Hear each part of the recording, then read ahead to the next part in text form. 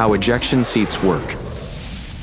U.S. Air Force Captain Scott O'Grady was helping to enforce the no-fly zone over northern Bosnia on June 2, 1995, when a Bosnian Serb surface-to-air missile, SAM, struck his F-16. With the plane disintegrating around him, O'Grady reached down between his knees and grabbed the pull handle of his ejection seat. After a loud bang caused by the canopy separating, O'Grady was blasted into the air along with his seat. Soon after, his parachute deployed, and like 90% of pilots who were forced to eject from their aircraft, O'Grady survived the ejection from his F-16. Following 6 days of evading capture and eating insects for survival, O'Grady was rescued.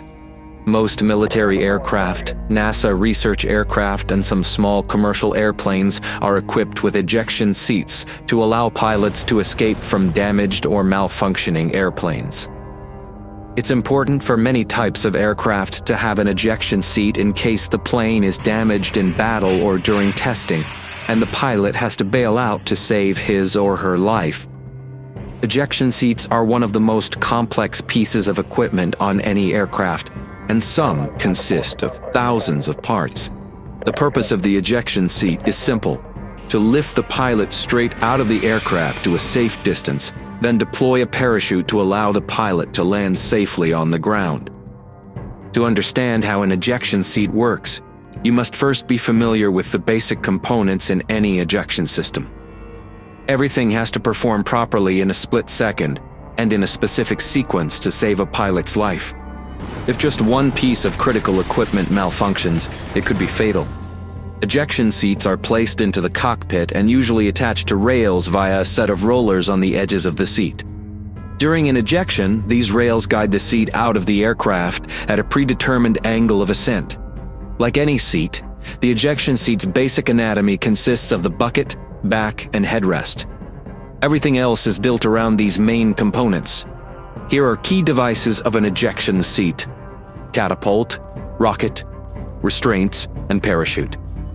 In the event of an ejection, the catapult fires the seat up the rails, the rocket fires to propel the seat higher, and the parachute opens to allow for a safe landing. In some models, the rocket and catapult are combined into one device. These seats also double as restraint systems for the crew members both during an ejection and during normal operation. Ejection seats are just one part of a larger system called the assisted egress system. Egress means a way out or exit. Another part of the overall egress system is the plane's canopy, which has to be jettisoned prior to the ejection seat being launched from the aircraft. Not all planes have canopies. Those that don't will have escape hatches built into the roof of the plane. These hatches blow just before the ejection seat is activated, giving crew members an escape portal. Seats are activated through different methods. Some have pull handles on the sides or in the middle of the seat. Others are activated when a crew member pulls a face curtain down to cover and protect his or her face. In the next section, you will find out what happens once the seat is activated.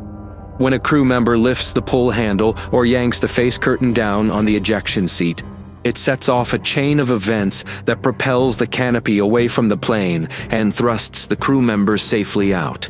Ejecting from a plane takes no more than 4 seconds from the time the ejection handle is pulled. The exact amount of time depends on the seat model and the crew member's body weight. Pulling the ejection handle on a seat sets off an explosive cartridge in the catapult gun, launching the ejection seat into the air. As the seat rides up the guide rails, a leg restraint system is activated. These leg restraints are designed to protect the crew member's legs from getting caught or harmed by debris during the ejection. An underseat rocket motor provides the force that lifts the crew member to a safe height. Prior to the ejection system launching, the canopy has to be jettisoned to allow the crew member to escape the cockpit. There are at least 3 ways that the canopy or ceiling of the airplane can be blown to allow the crew member to escape. The seat, parachute, and survival pack are also ejected from the plane along with the crew member. Many seats have a rocket motor fixed underneath the seat. After the seat and crew member have cleared the cockpit, this rocket will lift the crew member another 100 to 200 feet. This added propulsion allows the crew member to clear the tail of the plane. As of January 1998, there had been 463 ejections worldwide using the ACES-2 system, according to the U.S. Air Force. More than 90% of those ejections were successful. There were 42 fatalities. Inside of the plane, a drogue gun in the seat fires a metal slug that pulls a small parachute called a drogue parachute out of the top of the chair. This slows the person's rate of descent and stabilizes the seat's altitude and trajectory. After a specified amount of time, an altitude sensor causes the drogue parachute to pull the main parachute from the pilot's chute pack. At this point, a seat man separator motor fires and the seat falls away from the crew member. The person then falls back to Earth as with any parachute landing. Ejection seat produced by Goodrich Corporation. There are 3 possible ejection modes. The one used is determined by the aircraft's altitude and airspeed at the time of ejection. These 2 parameters are measured by the environmental sensor and recovery sequencer in the back of the ejection seat. The environmental sensor senses the airspeed and altitude of the seat and sends data to the recovery sequencer. When the ejection sequence begins, the seat travels up the guide rails and exposes pitot tubes. Pitot tubes, named for physicist Henri Pitot, are designed to measure air pressure differences to determine the velocity of the air. Data about the airflow is sent to the sequencer, which then selects from the 3 modes of ejections.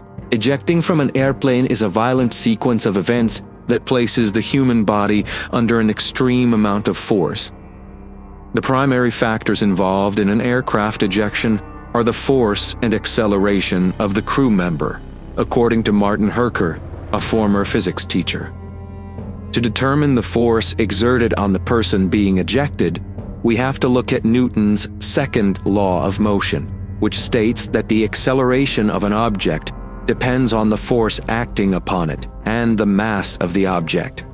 Initial speed refers to either the climb or the sink rate of the aircraft. It may also be determined by the initial step of the ejection process in a seat that combines an explosive catapult and an underseat rocket. The seat speed must be high enough to allow separation of the seat and person from the aircraft as quickly as possible in order to clear the entire aircraft. The use of an ejection seat is always a last resort when an aircraft is damaged and the pilot has lost control. However, saving the lives of pilots is a higher priority than saving planes, and sometimes an ejection is required in order to save a life. That's all the information that we have for you today. Don't forget to give us a thumbs up if you enjoyed today's episode, subscribe if you haven't already, and hit the bell so you never miss out on future episodes. And be sure to also tell us what you think about today's content. Everyone's support motivates us to continue delivering quality content and to always improve. As always, thanks for watching, and we will see you next time.